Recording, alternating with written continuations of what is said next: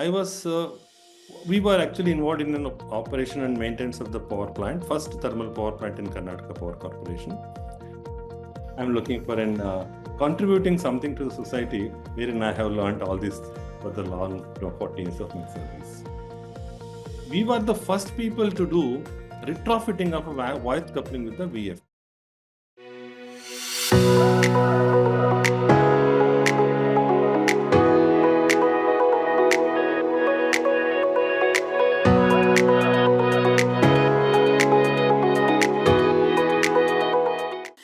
Hello, everyone, and welcome to FaceTime with Leaders, where we bring you insights from industry pioneers shaping the future of business and governance. Brought to you by Directors Institute World Council of Directors. This is where experience meets innovation. Today, we have the honor of speaking with Mr. Kasa Suryaprakash, a powerhouse in the energy sector with nearly 4 decades of experience. From leading 600 megawatt power projects through driving renewable energy initiatives, his impact on the industry is undeniable. A visionary in energy efficiency, corporate governance, and strategic leadership, he has not only built power plants but also built high performance teams and future ready strategies. So, what does it take to lead in an industry that never stops evolving? Let's dive into this incredible journey, lessons learned, and the future of energy. Mr. Surya Prakash, first of all, welcome to FaceTime with Leaders. Good morning and good morning, everyone. Thank you for giving this opportunity. Director Institute has given a lot of support in doing this. And I am very happy to interact with you about my journey in that power field. We'll be happy to interact. Yeah, the pleasure is all ours, sir. I think it'll be a lovely conversation. Sir, a career spanning nearly 4 decades in the power sector is nothing short of remarkable. From overseeing massive energy projects to leading groundbreaking innovations, your journey has been filled with milestones. But, sir, let's take a step back. When you first started, did you ever imagine reaching this level of leadership? What were the defining moments, the unexpected turns, or even the challenges that shaped the professional we see today? We love to hear your story from your perspective. Thank you once again. See, I started my career with a very humble background. I did a diploma and it was necessary to do a job. And I joined some company wherein I have started my first career as a tool room operator. And then the job was not very happy moment for me, so that I thought of pursuing in higher education.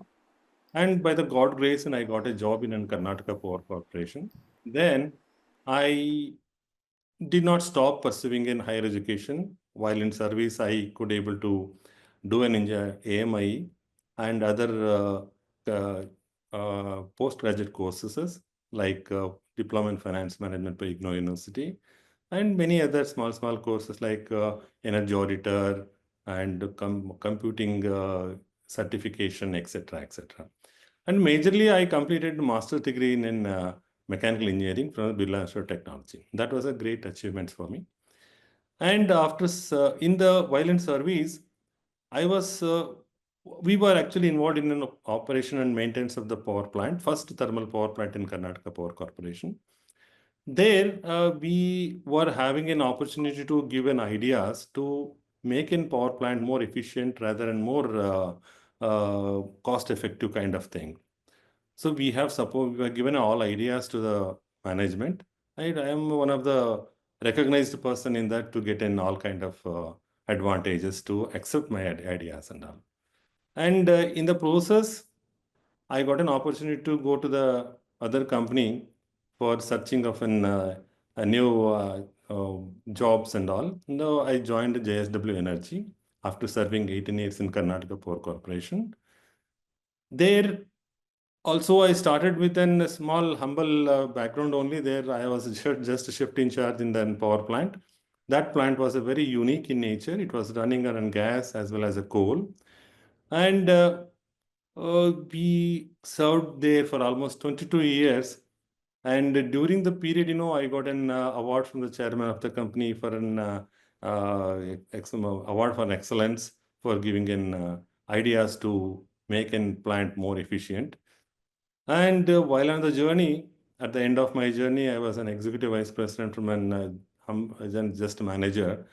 And at the end of my journey, I was also heading one of the power plant There I could able to get a chairman rolling trophy amongst the many power plants in the company.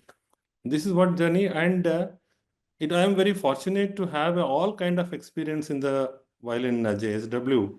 There I was involved in an 40 megawatt power plant to an 600 megawatt power plant starting, establishing, and then so many areas, I got an opportunity. It was very fortunate for me. This has given me a lot of power plant operational and maintenance, erection, and so many other things, internal factors and external factors which will affect our power plant. I got all this exposure. It was very tremendous. And I am retired now. I'm looking for an contributing something to the society wherein I have learned all this for the long 40 years of my service. I'm sure it would have been an incredible journey spread across like so many years doing different things and starting from something basic and then reaching the top would have been incredible. So, leadership isn't just about strategy, it's about people. Over the years, you've built and mentored high performance teams, shaped organizational cultures, and led at the boardroom level. So, as someone who's seen leadership from both an operational and a boardroom level, how do you balance driving performance while fostering a culture where people truly thrive? Yeah, see, basically nowadays the business is very competitive. What is the driving force is that employee. Employee needs to be energized. Employee needs to be motivated. Employee needs an innovative mindset. And also, as a leader, we should be able to handhold them and support them when they require. And also, you have to think forward what is that is going to happen. That is what is required. When we are able to support the team, team will be with you, and the team will be agile and able to deliver and great results for the company. This is what it about the leadership role. At the same time, what we need to do is that you have to show that I am there with you and I am able to support you. That kind of confidence should be there with the team. This is what is very essential. In addition to that, you have to stand out in the team, and you should be able to and a role model to the people so that if I go to him, I'll able to get something. This is the kind of thing we should bring into the team members. So that is what I could able to build, and I'm happy that the whole over my journey, the team with me was so supportive, agile, and also productive. I think, yeah. This is what leadership is all about. And secondly, what is required for a company to grow is that companies looking at one particular aspect is that performance. It may be in terms of capacity, it may be in terms of profitability, whatever it is. That is another important focus. Unless you disseminate those informations properly to the team member, they will be able to understand that what is their role. And the sensitizing their role is very important. This is what I used to do, and I'm a bit successful in that. This is what a small input about myself. True, so support and teamwork are the base of growth in any company. Yeah. No. One example I would like to tell you. Yeah, please. See, there was a time, uh, that thermal industry was in very turbulent stage because there was an influence of an renewable power, and the narrative was built across the globe is that thermal industry is going to die down. Ultimately, we were fortunate that we are connected to the steel plant, and partly power is going to the steel plant and partly to the grid. But we are able to survive because of the captive power status, and many companies have died down. You may see that in the India also, many companies who has put up a power plant as an independent power producer, they have failed very miserably. See what happened, what we did it, I have a capacity. Okay, plant is running, but it is not making any kind of a profitability. It's not impact. We are not able to compete in the market. So what we did is that we thought about reducing the two important thing to improve the cost of generation. Like, we started plucking out all the leakage points, like, wastage in the coal, wastage in the transportation, wastage in the so many things. Like, we all started optimizing our efficiency of the plant, O&M costs, everything. In spite of that, also, we are not able to match the requirement of the market so that I will be able to compete. And subsequently, what we did, we thought about another aspect of reducing the cost of auxiliary power consumption. We were the first people to do retrofitting of a wire coupling with the VFD. That was a very new at that point of time, and it was bit not being acceptable by everyone.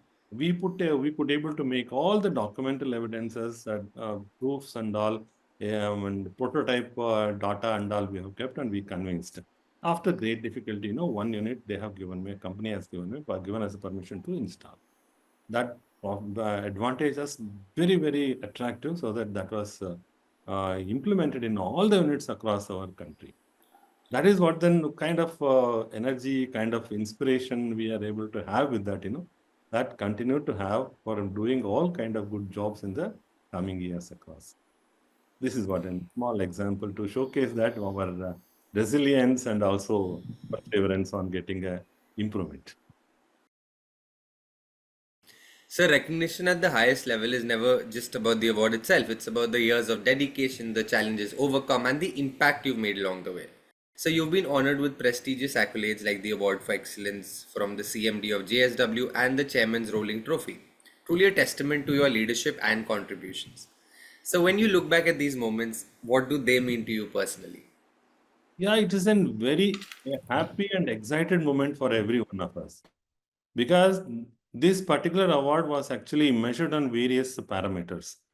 Not only the performance of the plant, but it is about and how we were able to maintain the safety standards, how we were able to manage and environmental compliances, and also making a plant neat and tidy. In addition to that, improvement every year on year, how we are showing. These are all the things, these we were what we used to do, every day we used to sit on certain area of improvement and we used to discuss and what is the best to be done to improve it. And unless we get the improvements, we were not able to, we are not thinking about separating with that kind of thing. These are all really given a lot of energy to the team, and we could able to showcase ourselves in all these areas. And all the numbers what we got is excellent. That is how we got in Chairman Rowland Trophy. It was really an happy moment for every one of us in the plant. Would be, sir. When you do a lot of hard work and everyone's hard work comes together in some way, I think it becomes a community effort and a community moment of happiness. Correct. So, sustainability in the power sector isn't just about compliance, it's about creating lasting impact. So, you Yes. led the way by conceptualizing CDM projects that generated over 6 million certified emission reductions, a remarkable achievement. So, what drove you to take this initiative, and how do you see sustainability Yeah. projects like these shaping the future of the industry? Great. See, what has happened is in the year 2005, CDM was a new concept altogether. And there was a lot of money was also visible in that.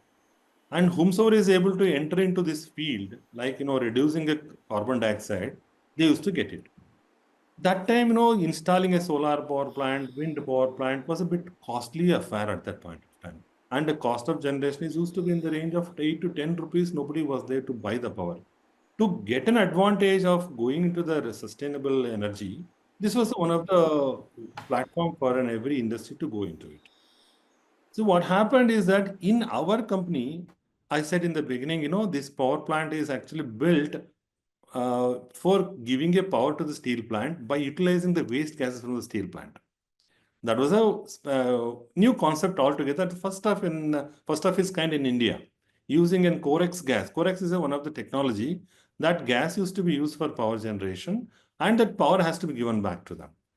So we thought, we consulted so many people under the guidelines of UNFCCC. We made a design document and submitted. See, we are using a waste gases and generating a power and giving it back to you. Thereby, the carbon dioxide reductions are there. So at the first instance, it was rejected. And we did not left it there. We thought, in our minds, it's very strong that, this should definitely qualify for the CDM. Why it has failed? So then we gone for all the documents given by the UNFCCC and tried to find out certain points in that, and we made a new design document stating that power what is generated by the waste gases and being consumed by the steel plant will qualify. That formula is a bit complex, and we were head cracked, so much head cracking was there, and we could able to define a new formula, though there is some amount of reduction in our CERs, and we could able to present it to the UNFCC. Fortunately, it was approved, and that's the kind of benefits we got.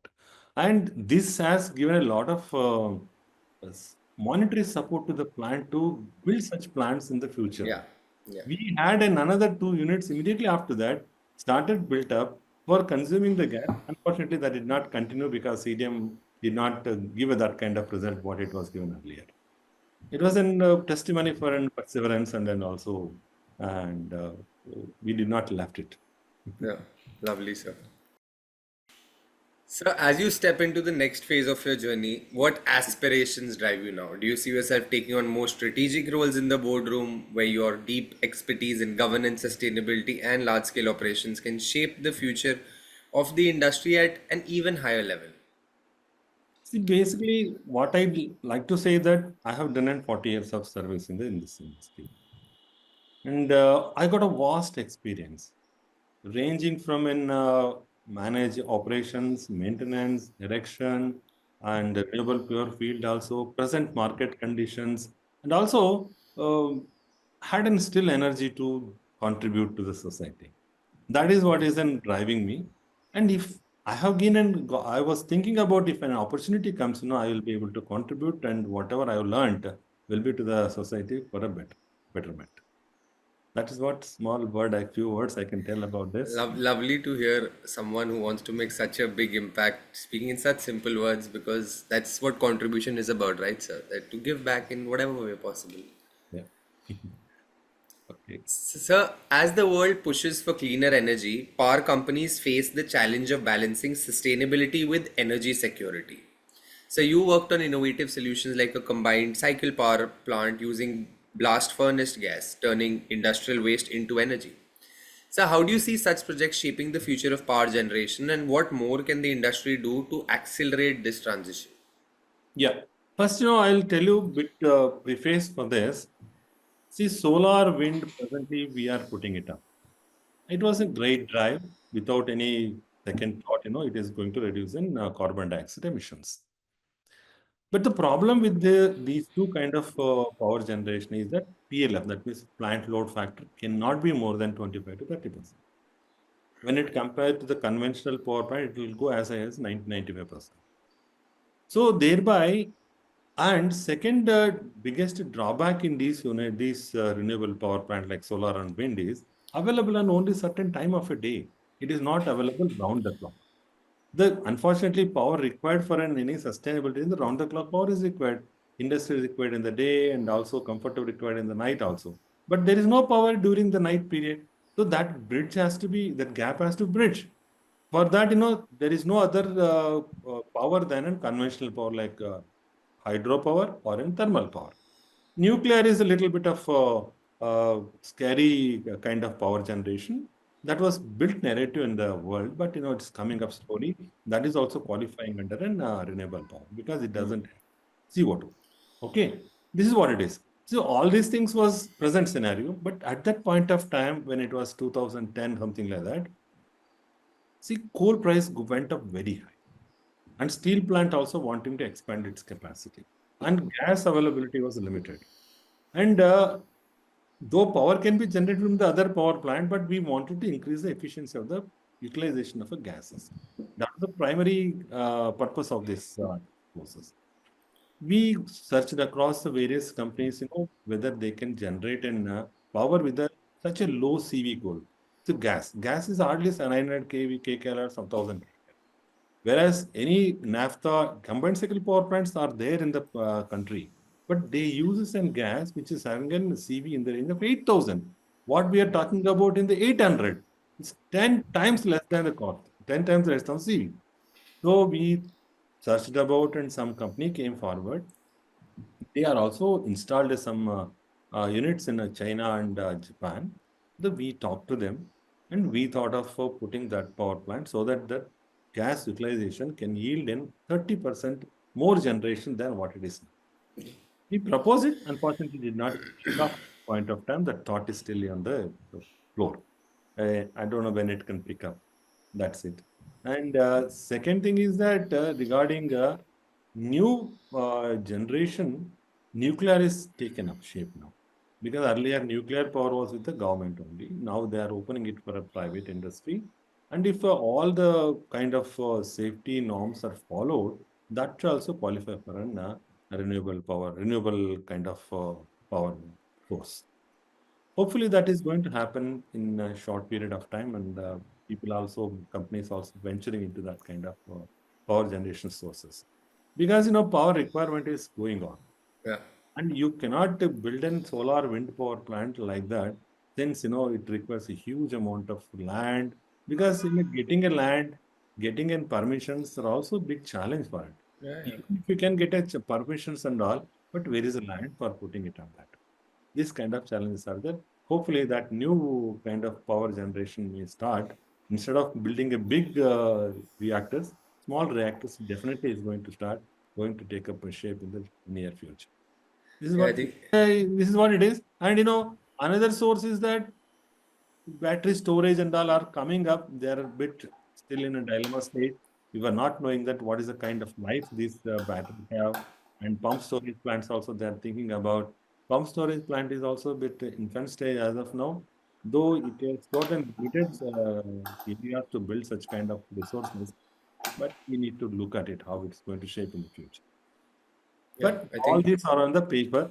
Probably it will happen in a short duration of time. So the way we're going, how fast technology is evolving and everything, you never know what's happening in the Yeah, next yeah, 5 to 10 years. disruption is also too high. I do not know, something will come new which will get fade out everything. Exactly, you never know. So you've recently joined Directors Institute, stepping into a network of leaders focused on corporate governance and strategic leadership. So how has your experience been so far, and what aspects of the Mm. institute stand out to you, and how do Yeah, you see it adding value to your journey? definitely. It is definitely adding value to my profile. See what is happening, when I was in service, I was also heading in some of the boards. But that was within employment stage it has come. And I used to contribute to that. But some of the areas, we were also a bit dilemmatic that what is that, why it is happening like that, what is the reason for taking such kind of steps sort of thing. Here, after joining the DI, these are all made very clear, and the course was very simply made. And it's wonderful to have an interaction with the leaders who are sitting in front of us to talk about and get the clarification. It was a wonderful experience, and it has definitely added a value to my profile and understanding how the board works, what are the board functions, what are the roles and responsibilities of independent director. Everything was known, understood properly. Lovely, sir. Thank you for this fantastic conversation. So, Great. your journey from leading groundbreaking power projects to shaping sustainability and governance has been truly inspiring. And your insights into leadership, innovation, and the future of energy have given us a lot to reflect on. To everyone tuning in, this episode has been a masterclass in visionary leadership, resilience, and driving change. So, if there's one thing we've learned today, it's that true leaders never stop evolving, wanting to learn, and pushing boundaries. Sir, it's been an absolute pleasure having you with us on FaceTime with Leaders today. Thank you so much once again for sharing your experience with us. And to audience, stay with us for more inspiring conversations with industry pioneers brought to you by Directors Institute. Until next time, keep leading, keep innovating, striving for success, and have fun in your journey. Thank you so much.